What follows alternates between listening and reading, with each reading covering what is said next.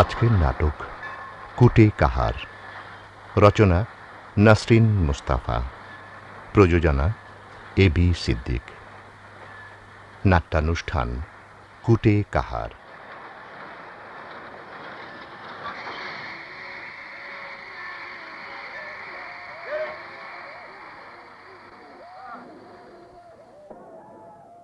Sir sir কে? ও sir এই যে sir sir এইদিকে স্যার একটু বৃষ্টিটা ফেলেন স্যার। স্যার আমি স্যার আপনারা নিতে এসেছি স্যার। আপনি? স্যার হাজি সাহেবের মেজো মেয়ের হাজবেন্ড আমি স্যার। হ্যাঁ। স্যার আমার নাম স্যার মোহাম্মদ আব্দুল মালেক স্যার। শুধু শুধু কষ্ট করতে এলেন কেন? জি এই রকমতগঞ্জ আমার জন্মভূমি, বড় হয়েছে এখানে, হারিয়ে যাবো এটা ভাবলেন কি করে? তৌবা স্যার তৌবা তৌবা, আপনার মতো একটা জ্ঞানী গুণী লোক হারায় যেতেই পারে না স্যার। তবু স্যার আপনারা খাতির করা আমাদের কর্তব্য, ঠিক কিনা বলুন স্যার? হ্যাঁ, 27 বছর পর স্যার আপনি পা ফেলতেছেন এই রকমতগঞ্জের মাটিতে। আমরা ধন্য ধন্য স্যার। আমেন তো মালিক সাহেব। জি জি স্যার। স্যার আপনার আদেশ। তো স্যার এইবার পা বাড়ান সামনে।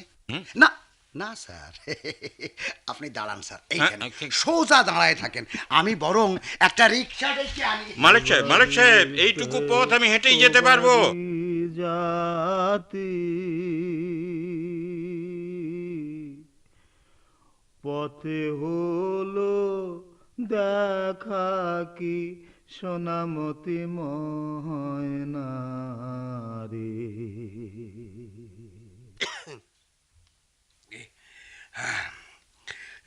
নেন বাবজান খান, ডাবের পানিটিও খায় নেন, পুরানটা জুড়ায় যাবে না। কত বছর পর শুনছি এই গান, এইসব কথাবার্তা। সোনামতি ময়নারে, মেয়েলি গীত, মেয়েদের গীত, মেয়েদের গান, এ বৃদ্ধ কেন গাইছে? কোত্থেকে শিখলো এই গান? আমাকে জানতে হবে, আমাকে জানতেই হবে।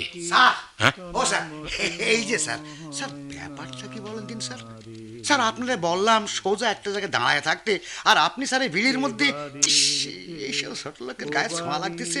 স্যার আপনি হলেন স্যার একজন জ্ঞানী। মালিক সাহেব থামেন, আপনি থামেন। জি জি স্যার। স্যার রিক্সা দাঁড় করে রেখেছি, দয়া করে যদি শুনুন, ওই যে ডাব বিক্রি করছে, গান গাইছে, ওই বৃদ্ধ কে জানেন? ওয়ান অফ দিস ছোট লোক স্যার, একেবারে জ্যান্ত ছোট লোক, Nonsense. যা বিক্রি করে যা পায় বাংলা। মানে স্যার ওই নেশা করে সব উড়িয়ে দেয় স্যার, থার্ড ক্লাস লোক। চুপ করুন স্যার চলুন যাওয়া যাক, চলেন স্যার। স্যার এইসব জায়গায় আপনার মতো জ্ঞানী গুণীরা যত কম থাকবে ততই মঙ্গল স্যার। একের গায়ের গন্ধে নিরিকুত তো খেকিয়ে ওঠে। স্যার মে রাস্তো ডিপো একটা। প্লিজ থামুন আপনি, স্যার আসুন রিক্সা উঠুন। স্যার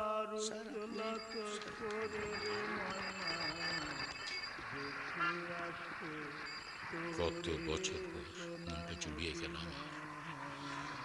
আহ, গানগুলো তাহলে টিকে আছে, কিন্তু ওই বুড়ো মানুষটা কে? এই গান ও লোকটা কোত্থেকে শিখলো? কেউ আমি যাকে চিনতাম না, না সে তো হতে পারে না, সে তো মরে গেছে সেই 28 বছর আগে যুদ্ধের সময়। ভেবেছিলাম ওর সাথে গানগুলো মরেছে, কিন্তু না, গান বেঁচে আছে, গানগুলো এখনো বেঁচে আছে। মালিক সাহেব, জি মালিক সাহেব আমার খুব আনন্দ হচ্ছে জানেন। 27-এর ভাদ্র মাসে চাকরি সূত্রে আমি যখন এখানে আসলাম, তখন আপনাদের ওই হাজি সাহেবের মেজমের সাথে আমারও একটু ইয়ে হয়। তারপরেই তো হাজি সাহেব আমার জামাই বলে কবুল করলেন। হ্যাঁ, 90-92-এর দিকে ওই ব্যাটারে দেখা গেল এই এলাকায় স্টেশনের কোণে শ্বশুরের উপহার স্বরূপ প্রাপ্ত আমার স্যার একটা হোটেল আছে। কি বলবো স্যার, প্রতিদিন চুরি করে খায়। ব্যাটার জ্বালাতনে শুধু বুড়ো মানুষ বলে হাড়ে হাত বুলোই না, নইলে। আচ্ছা মালিক সাহেব, আপনি এত কথা বলেন কেন বলুন তো? শিক্ষিত মানুষের ভীমরতি দেখলে চুপ করে থাকি কেমন করে? শুনুন, আপনি ওই বিড়বিড়ও করবেন না, একদম চুপ থাকবেন। স্যার, আমারে খাওয়া ইনসাল্ট করতেছেন। হাজার হোক, আমি কিন্তু আপনার বাইরে ভাই। আপনার ওই মেজো শালিকা আমার ওয়াইফ। দীর্ঘদিন পর শ্বশুরবাড়ি আসতেছেন, আত্মীয়দের সাথে এভাবে মেজাজ দেখানোটা কি ঠিক হচ্ছে স্যার? মানে বড় দুলাভাই সাহেব, জাস্ট জ্ঞানী গুণী লোক বলে স্যার বলতেছিলাম। মালিক সাহেব, আই এম সরি স্যার। আপনার সঙ্গে আমার যে সম্পর্ক এটা আমার জানা ছিল না। ওই গানটা শুনে না সব কিছু ভুলে গিয়েছিলাম আমি। 27 বছর পরে ফিরছি। রেহানার মৃত্যুর পর চলে গিয়েছিলাম, ফিরে আসতে চাইনি। রেহানার স্মৃতি মনে পড়ে যাবে বলে। কত স্মৃতি, মুক্তিযুদ্ধ, রেহানা, আমাদের ভালোবাসা, কত স্মৃতি। রেহানা চলে গেল, আমাদের প্রথম সন্তান জন্মের পরই মরে গেল। সব হারিয়ে গেছে, সব কিছু ছেড়ে গেছে আমাকে। এতদিন পর ওই গান শুনে মনে হচ্ছিল আছে, আছে, সব কিছু এখনো আছে, সব স্মৃতি আমার অপেক্ষায় আছে। ব্যাগাম্যান্ডের জীবন তো কোথাও কোনো শান্তি ছিল না। সোনামতি ময়না যেন আমার সব কষ্ট জুড়িয়ে দিল।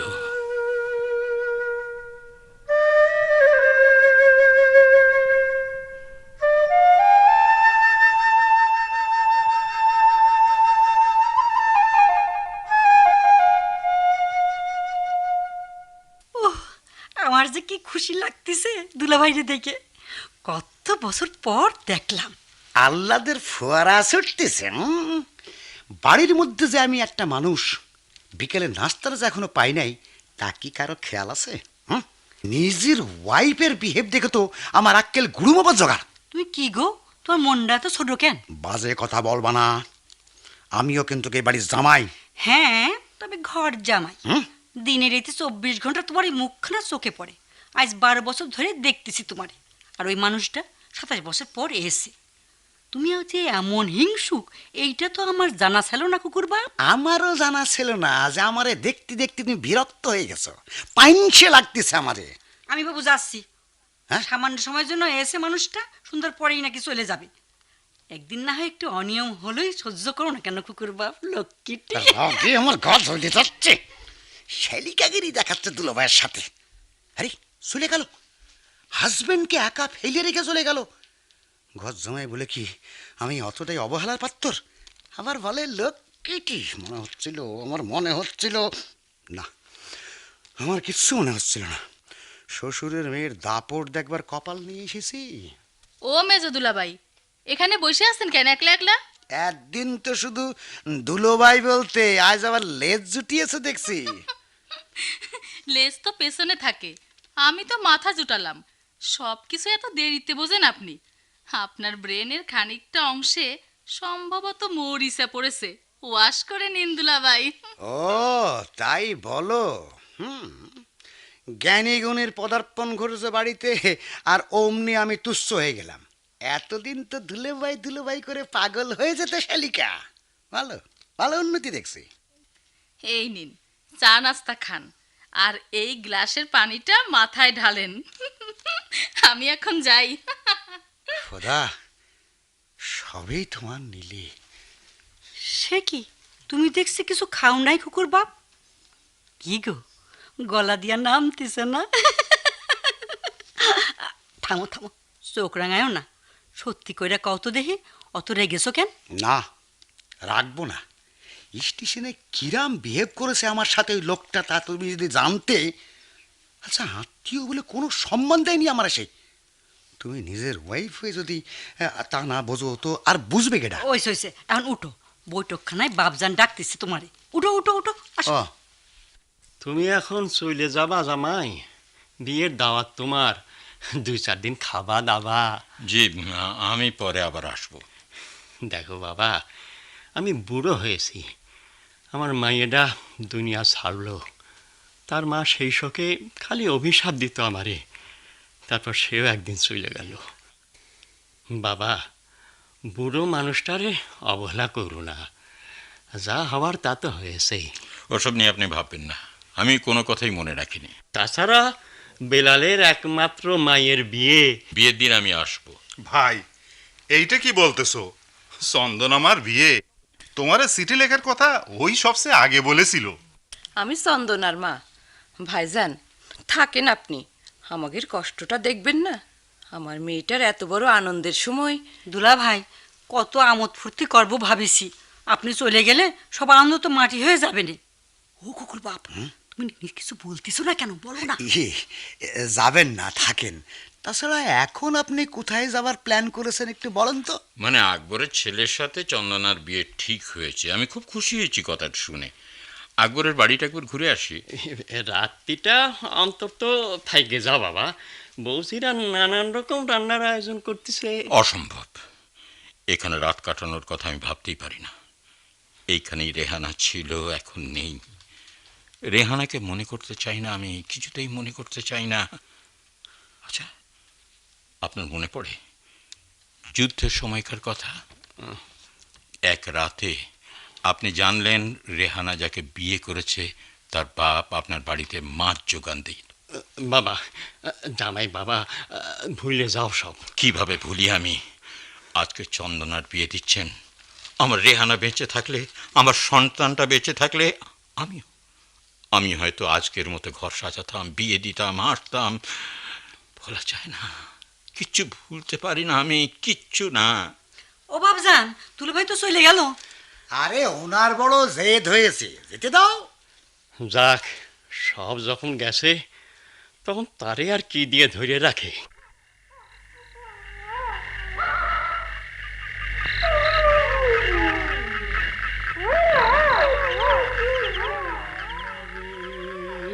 কথা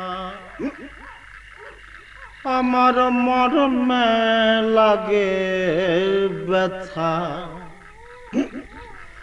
আমি বনে বনে ফিরি, আমার মনে লাগে ব্যথা। কে তুমি?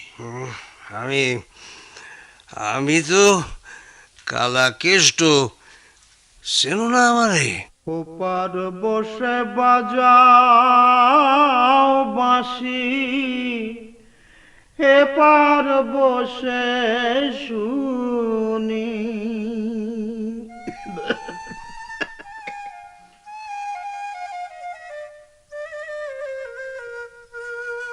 কি রহস্য, কিভাবে চিনবো এই গান? ও কোত্থেকে শিখলো?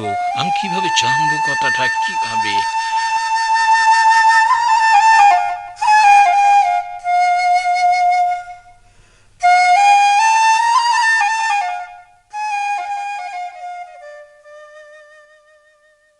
জানাজানি সব পরে হবে, আগে বলো তো বন্ধু, তুমি আমার গরিবখানায় রাতে খাবে নাকি রাজপ্রাসাদের রাজন্য গিলতে যাবে? এই দেখো, আমি তোমার বাড়িতে আসন গাড়তে এলাম, আর তুমি কি না আমি এখানে খাবো এবং এইখানেই থাকবো। কি সৌভাগ্য, কি সৌভাগ্য! আচ্ছা, এবার আমার কথার জবাব দাও। বলো। রকমতগঞ্জে আসার ইচ্ছে আমার একদমই ছিল না। এসব দাওয়াত পাওয়াত আমাকে টলাতে পারেনি, কিন্তু তোমার চিঠি পেয়ে আমার সব এলোমেলো হয়ে গেল। কেন? এমন তো নয় যে তুমি আমার আর রেহানার ঘটনা জানো না। হাজি সাহেবকে বিন্দুমাত্র পছন্দ করো, এটাও আমি মানতে পারছি না। তাহলে ওই ফ্যামিলিতে ছেলের বিয়ে দিচ্ছ কেন? দিচ্ছি বড় দুঃখে। ছেলেটা মেয়েটার প্রেমে পড়েছিল, আর তুমি তো জানোই প্রেমিকদের দুঃখ আমি একদম সইতে পারি না। তার উপরে ছেলেটা আবার ডাক্তার হয়েছে। দেবদাস হয়ে যদি আবল তাবল ডাক্তারি শুরু করে দেয় নিজের উপর, বড় ভয় পেলাম। আচ্ছা, হাজি সাহেব মেনে নিলেন এদের প্রেমকে? আরে সেই হাজি সাহেবের কোমরে কি আর সেই জোর আছে? তাছাড়া পাত্রের বাপ আইমিন এই আকবর হোসেন ফেলনা কেউ নয় বন্ধু, শহরের নামকরা উকিল, পাত্র ডাক্তার। চমৎকার প্রস্তাব, কি বলো? কিন্তু তোমার কথা শুনে তুমি খুশি হয়েছো বলে তো মনে হচ্ছে না। না, একদম না।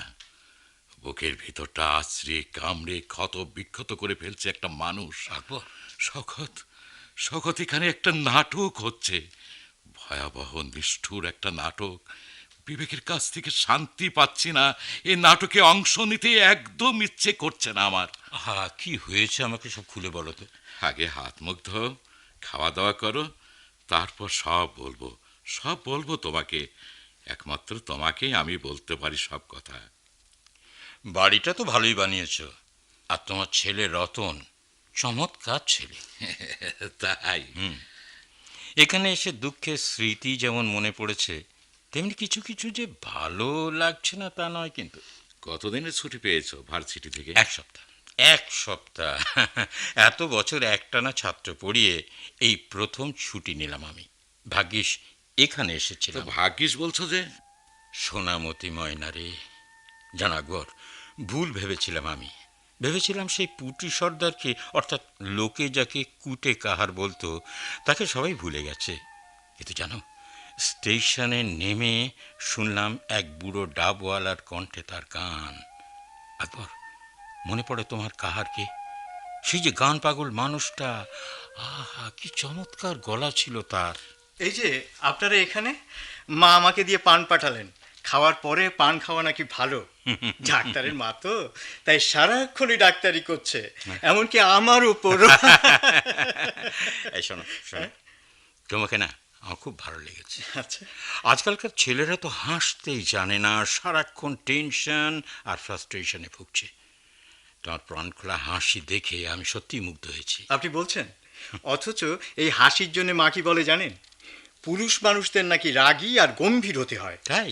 আমি আর আব্বা তো তার সিলেবাসের ভুল অঙ্ক। তোমার হাসির সাথে একজনের হাসির প্রচুর মিল আছে। তাই নাকি? কার বলবো? আমার আব্বা, তাই না? না না, আকবর হাসি খুশি, কিন্তু তোমার ধরনটা একেবারে অন্যরকম। আচ্ছা, তুমি কাহার কাদের বলে জানো? হ্যাঁ জানি চাচা। এই আব্বা বলেছেন, স্বাধীনতা পূর্ব সময়ে আমাদের এলাকায় পালকিতে চড়ে বউরা স্বামীর বাড়ি যেত, আর বাপের বাড়ি নাইওর যেত। পালকির বেহারাদের বলা হতো কাহার। আমি কুটে কাহারের গল্প জানি চাচা। জানো জানো, তুমি জানো, এখনকার মানুষরা না অতীতকে জানতে চায় না। আব্বা আমাকে জানিয়েছেন, সর্দার কাহা ছিলেন পুঁটি সর্দার। চমৎকার গানের গলা ছিল তার। ছোটখাটো শরীরের জন্য লোকে নাম দিয়েছিল কুটে কাহা। হ্যাঁ হ্যাঁ হ্যাঁ, মেয়েলি গীত গাইতে পারতো চমৎকার। তার গান শুনে না কত মেয়ে, কত বউ যে পাগল হয়েছিল। নিজের বউটা কিভাবে বাগিয়েছিল মনে আছে আকবর? নতুন বউ পালকিতে চড়ে যাচ্ছিল শ্বশুর বাড়ি, সেই পালকির কাহার ছিল কুটে নিজেই। তার গান শুনে মাথা ঘুরে গেল বউটার। মাঝপথে নেমে এলো পালকি থেকে, পালালো রকমতগঞ্জ থেকে। পরে শুনেছি যুদ্ধে গিয়েছিল কাহার, মারাও গেল যুদ্ধে। বউটার কি হয়েছিল কে জানে। না শওকত, কার যুদ্ধে মরেনি। 2 মাসের এক ছেলে নিয়ে যুদ্ধের পর আমার কাছে এসেছিল। বউটা মরেছিল। যুদ্ধে মরেনি কাহার? তবে কোথায় কোথায় সে আকবর? আব্বা, এতদিন যে বলতে কাহার মারা গেছে, তবে এখন এসব কি বলছো? অনেক কথা বলার আছে আমার শওকত, অনেক কথা। বুকটা ভারী হয়ে আছে কথার যন্ত্রণায়। সব বলবো তোমাকে। কাহার কোথায় আছে জানো তুমি? জানি, তবে সেটাকে থাকা বলে কিনা জানি না। 7-8 বছর আগে ফিরে এসেছে ওর এখানে। তবে কি আর বলবো, সেই কাহার আর নেই। সেই প্রাণ শক্তি, অট্ট হাসি আর উঁচু স্বরে কথা বলার শক্তি কাহার হারিয়ে ফেলেছে। থাক আর বলতে হবে না, আমি পরিষ্কার বুঝতে পারছি। স্টেশনে ডাব বিক্রি করে তার দিন চলে, নেশা করে পথের ওপর পড়ে থাকে, প্রায় মালিকের হোটেল থেকে চুরি করে খায়, তাই না আকবর? আব্বা, ওই ডাবওয়ালা, আহা বেচারা। তোর দুঃখ হচ্ছে বাপ? সত্যি সত্যি তোর দুঃখ হচ্ছে? একজন শিল্পীর এই মর্মান্তিক পরিণতি দেখে যে কোনো মানুষের দুঃখ হবে। ঠিক বলেছিস। কাহার শিল্পী শওকত রতনকে সত্যি আমি মানুষ করতে পেরেছি। ও চিনেছে কাহারকে। নিজের চোখে দেখলাম, অথচ একদম চিনতে পারিনি আমি। একেবারে শেষ অবস্থা কাহারের, জানো, এখনো কানে বাজে কাহারের কণ্ঠ, এখন আমি শুনতে পাই। তুই দাহারারি কালা চাঁদ দাঁড়া, দ্বারা কালা চাঁদ দেখিব তোমারে ও তুই দাহারা রে। আমার বুকের মাঝখানটা ক্ষত বিক্ষত হচ্ছে কাহারের যন্ত্রণায়। শওকত এই বুড়ো বয়সে বিচারা চোর মাতাল ডাবলা পরিচয় নিয়ে বেঁচে আছে। কষ্ট বুকে চেপে ফুলে থাকছে নিজের পিতৃত্বকে। কি বলছো? কি কষ্ট বলো শওকত। হৃদয়ে যদি দেখতে হয় একমাত্র সন্তানের বিয়ে হচ্ছে, অথচ সেখানে তার পরিচয়টাই অনুপস্থিত। আকবর কি বলছো তুমি এসব? আব্বা আব্বা খুলে বলো সব প্লিজ। কাহারকে শিল্পী হিসাবে প্রতিষ্ঠিত করার দায়িত্ব আমি এড়াতে পারছি না। ওর পরিচয় লুকিয়ে রাখতে হচ্ছে, তা না হলে যে ওর ছেলেটার বিয়ে ভেঙে যাবে। কি করব আমি? আব্বা আব্বা কি বলছো তুমি? কাহারের 2 মাস বয়সী ছেলেটাকে আমার কোলে দিয়ে কোথায় যেন হারিয়ে গেল। আমি ওকে মানুষ করলাম, ডাক্তার বানালাম, ওর বিয়ে হচ্ছে, কিন্তু মিথ্যা পরিচয়। এই নাটক যে আমার সহ্য হচ্ছে না। শওকত আমি কি করব? তোমরা আমাকে বলে দাও, আমি কি করব বলে দাও। হুনহুনা হুনহুনা রে হুনহুনা হুনহুনা হুনহুনা হুনহুনা রে হুনহুনা হুনহুনা হুনহুনা। শওকত ভাই, খুঁটে বলো। আপনি ফিরে এসেছেন এই মাটিতে। আমার যে কি খুশি লাগতেছে ভাইজান। তোমার ছেলেটার বিয়ে হচ্ছে, খুশি লাগছে না তোমার? 1000বার আপনার পায়ের ধুলা মাথায় নেই আমি। সাওয়ালটারে মানুষ করেছেন। খুঁটে কি আনন্দ আমার যখন ভাবি আমার রক্ত, আমার সাওয়াল ডাক্তার হয়েছে, গরিবের চিকিৎসা করে। খুঁটে তুমি যাবে না তোমার ছেলের বিয়েতে? যাব নিশ্চয় যাব। বর্ষা যে আমার রতন রে কেমন দেখায়, আমি দেখবো না? শুধুই দেখবে? তুমি ছেলের পাশে দাঁড়াবে না? ছেলের বউকে বুকে টেনে নেবে না? আমি ওর বিয়েতে গান গাবো। হ্যাঁ, আগে যেমন গাতাম, বিয়ের গীত গাবো। মোরা যাচ্ছেন বিয়ে করতে,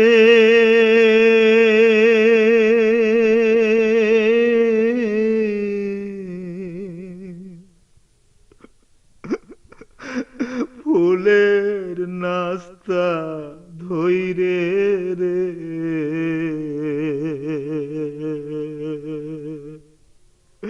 সে কোন কালো আমার ভেমরার, সে কোন কালো আমার ভমরার।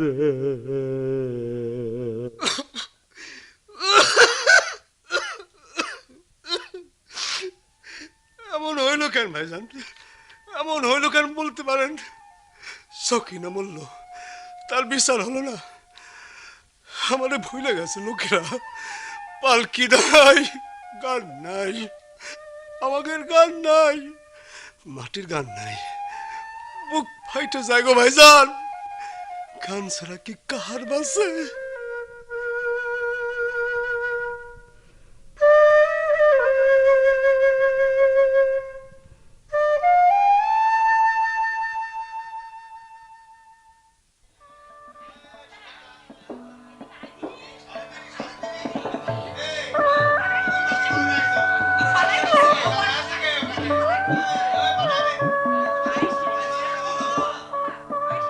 এবার তো রওনা হতে লাগে, বিয়ের সময় ঘনিয়ে এলো। রতনের মুখটা কেমন বাদলা মেঘের মতো লাগতেছে। রতনের বাপ তুমিও তাই। অন্যদিন কথার খই ফোটে, কত হাসি তামাশা করো, আর আজ এই খুশির দিনে একদম চুপসে গেছো। কাহারের কথা ভাবতেছো তাই না? হ্যাঁ রতনের মা, ওই দেখো উঠোনের এক কোণে বসে বিড় করে গান গাচ্ছে। ওর 2 চোখ দেখো, যে সন্তানকে পৃথিবীতে এনেছে সে কৃতিত্ব এখন পুরোপুরি অন্যের দখলে। নিজের সন্তান অন্যকে দিয়ে তারপর সে যে কি কষ্ট পাচ্ছে সেটা কিন্তু সবাই বোঝে না। বাড়ির চাকর বাকরের মতো বসে আছে, অথচ অথচ আজকে তো ওরই দিন, তাই না? আমি তো নাটক করছি, রতনের বাবা হিসেবে অভিনয় করছি। চুপ করো, একদম চুপ। এসব সর্বনেশে কথা আমি মনে করতে চাই না। পেটে ধরিনি তাই বলে তোমার মতো বলতে পারি না আমি রতনের মা না, অভিনয় করতেছি। রতন আমারই সন্তান। মনে রে আজ কহ যে ভালো মন্দ যাহাই আসুক, সত্যরে লাহ সহজে, সত্যরে লাহ বুকের মাঝে, সত্যরে প্রতিষ্ঠিত করো জীবনের মাঝে। তোমার ওইসব কথা আমি বুঝি না। আমি শুধু জানি আজকে আমার রতনের বিয়ে। রতনের বিয়ে, যখন বিয়ে পড়ানো হবে তখন হারিয়ে যাবে কাহার। হারাক, এতকাল হারিয়েছিল না, ওকে আমরা মানুষ করিনি, ওর উপর আমাদের দাবি নেই। রতনকে উঠতে বলো।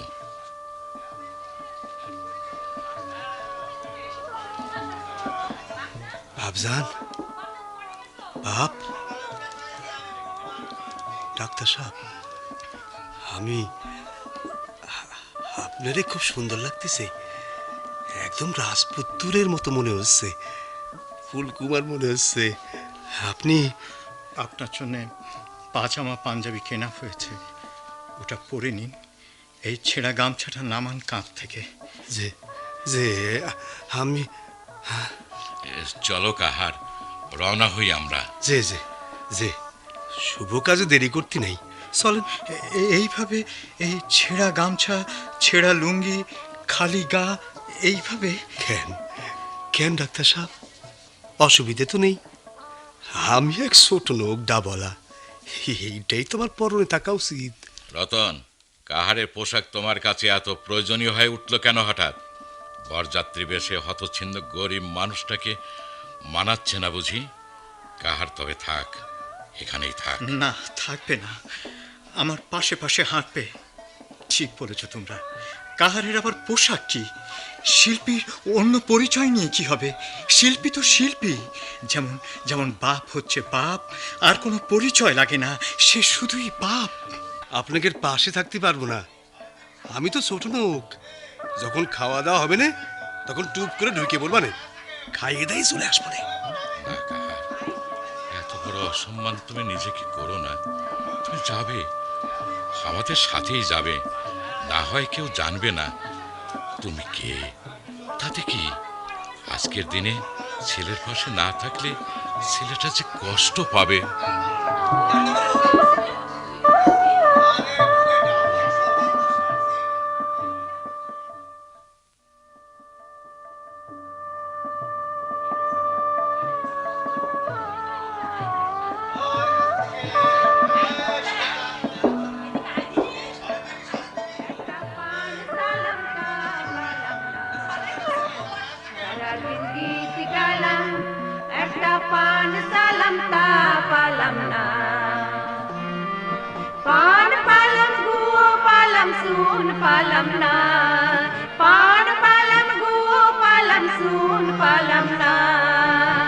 সারাদিন গীত গালাম, একটা পান সালাম তা পালাম না।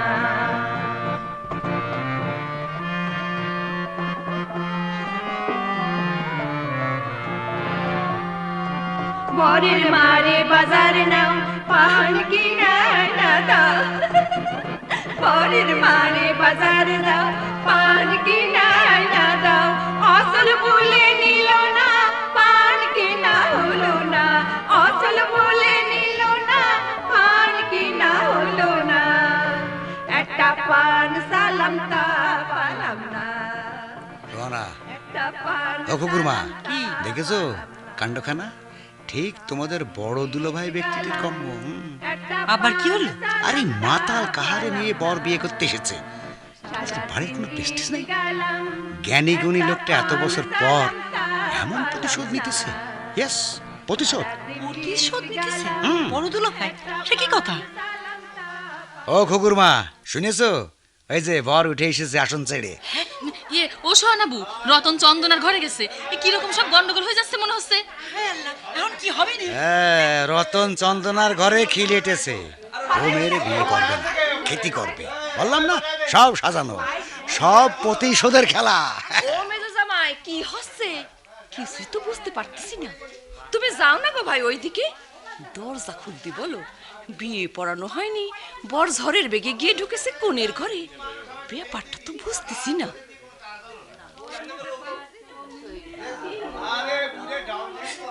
আমি তোমাকে ভালোবাসি, সেজন্যই চাই না তুমি কষ্ট পাও। আমি সব খুলে বললাম তোমাকে, সব। এখন কেন বলছো? আগে কেন বলনি? আমি জেনেছি মাত্র গত পরশু। এত হঠাৎ ঘটে গেছে সব, কি করব বুঝতে পারছিলাম না। তোমাকে হারাতে মন চাইনি, তাই বরের সাথে চলে এসেছি। কিন্তু এখানে এসে মনে হচ্ছে আমার কপাল খুলে যেন চামড়ার উপর দাগ বসিয়ে দিচ্ছে কাহার কথাটা। জানি জানি সব লন্ডভন্ড হয়ে যাবে এক্ষুনি, তবুও পারলাম না। কেন কেন পারলে না? কি লাভ হবে এসব কথা শুনে? যা অতীত, যা হারিয়ে গেছে, তা নিয়ে ভেবে কি লাভ? না চন্দনা, এ কথা আমি ভাবতে পারছি না। আমাদের অতীত ছিল সমৃদ্ধ, শিল্পময়, তা আমরা হারিয়ে যেতে দিতে পারি না। কিছুতেই পারি না, কিছুতেই পারি না।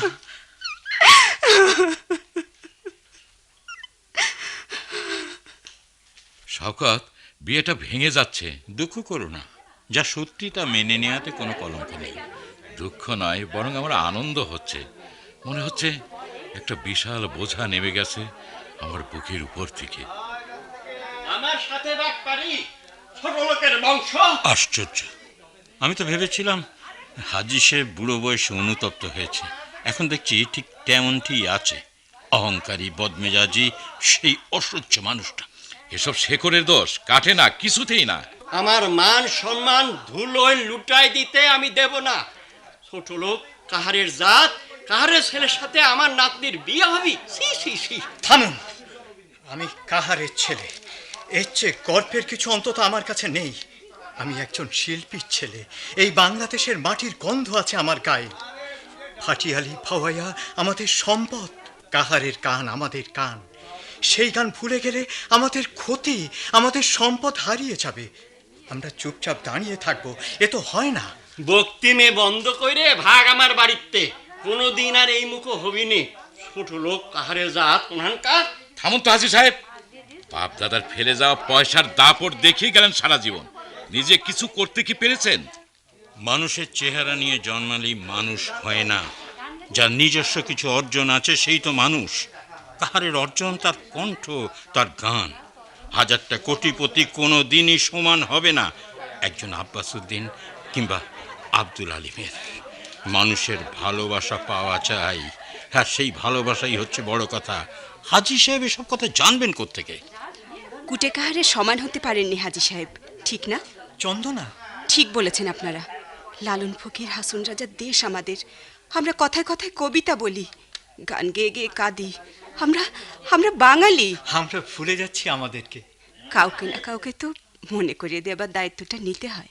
বাড়ির ভেতরে যা চন্দনা, এ বিয়ে হবে না। হবে, এ বিয়ে হবে দাদু। ভেবো না রতনকে ভালোবাসি বলে এমনটা ভাবতে পারছি। কাহারকে একজন শিল্পীর মর্যাদা দিয়ে মাথায় করে রাখতে চাই। এতেই যে আমাদের সম্মান দাদু। চন্দনা, আমি চলে যাচ্ছি দাদু। কাহারের পুত্রবধূ হিসেবে তোমার বাড়িতে আমার ঠাঁই না হোক, দুঃখ নেই। আমি আমার ছেলে মেয়েদের তো অন্তত গর্ব করে বলতে পারবো কুটে কাহারের কথা। আমরা আমাদের জন্যই মনে রাখবো কুটে কাহারকে, তার গানকে। শিকড় নড়বড়ে হয়ে গেলে আমরা তো পড়ে যাব দাদু। অপসংস্কৃতির খপ্পর থেকে বাঁচতে হলে এছাড়া আর কোনো উপায় নেই মা। তোমরা হচ্ছে এই যুগের মানুষ, তোমাদের শক্তি আছে, সাহস আছে।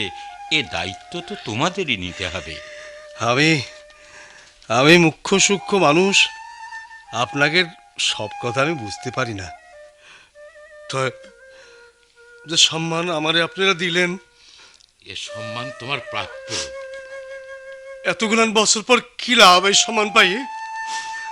আমার যে যৌবনকাল চলে গেছে, আমার যে গলার জোর চলে গেছে, আমি যে সুর তুলতে পারি না আগের মতন।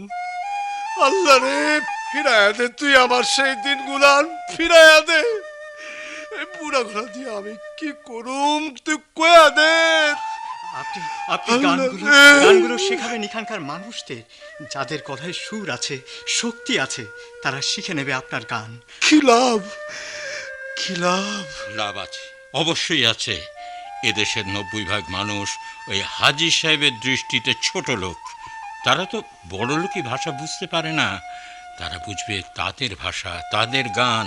কাহার, তুমি তাদেরকে শোনাবে তোমার গান। দেশের 90% মানুষ জানুক তাদের গান কোনো দিক থেকে সামান্য নয়, এই যে মাটির গান। আপনি বাবা, আমি আপনাকে বলছি, ছেলে হিসাবে বলছি, আর কোনো কষ্ট নেই। আমি আপনাকে আর কোনো কষ্ট পেতে দেবো না। শুধু গাইবেন, মাঠে প্রান্তরে ছড়িয়ে যাবে আপনার গান। বাবা বাবা বাবা। ভাইজানেরা শোনেন, আমার সওয়াল আমার বাপ বলে ডেকেছে। ওরে আমার সওয়াল রে, বুকে আয় বাপ, বুকে আয়। এতগুলো বছর আমার বুকটা খাকা করেছে, তোর দূর থেকে দেখেছি আর চোখের পানি ফেলেছি। বাবা ডাক্তার হলে আমি গর্বে মরে যাই, তবু কারণে কইতে পারি না। হ্যাঁ, এখন বলবে, বুক ফুলিয়ে বলবে তুমি কুটে কাহার। তোমার ছেলে রতন একজন ডাক্তার, তোমার চেয়ে বড় লোক আর কে আছে এই অঞ্চলে? নাই, আমার চেয়ে বড় লোক আর কেউ নাই। আল্লাহ রে, একই সম্মান তুই দিলি আমারে। আমি তো এত কিছু চাই নাই তোর কাছে, চাই নাই, কিছু চাই নাই।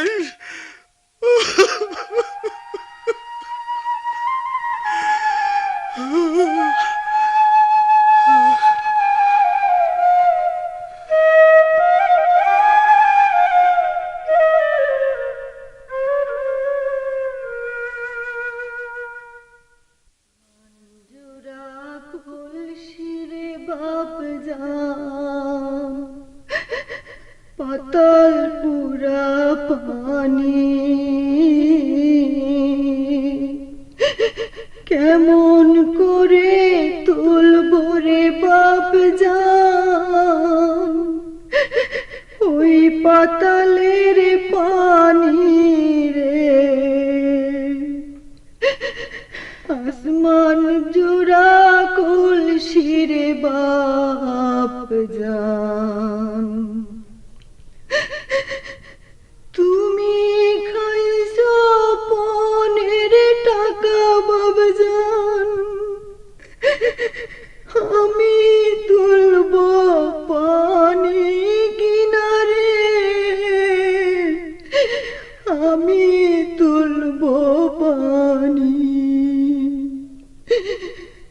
আসমান জোড়া কলসির বাপ জান। এবার আমার যাওয়ার পালা, চলে যাচ্ছি আমি, কিন্তু বুক ভরা আনন্দ নিয়ে যাচ্ছি। ভাবতে ভীষণ ভালো লাগছে, আবার শোনা যাবে সেই গান যা আমরা শুনতাম আমাদের শৈশবে, কৈশোরে। উড়িয়ে পড়িলাম আমি,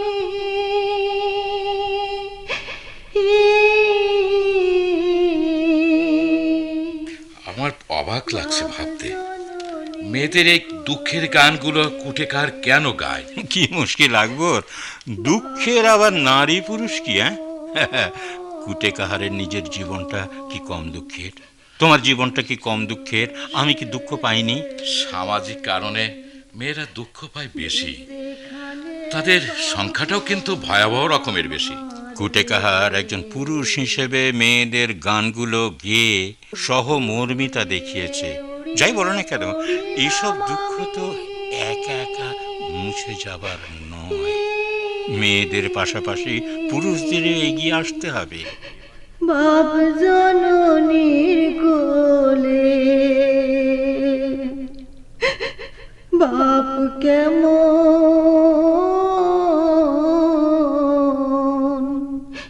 নিষ্ঠুর রে।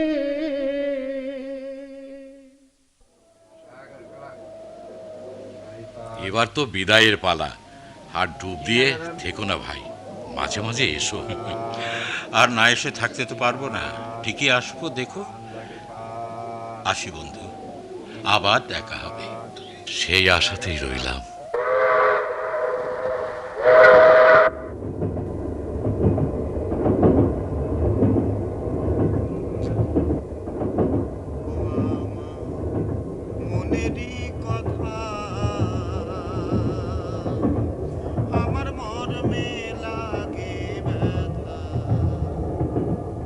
আমি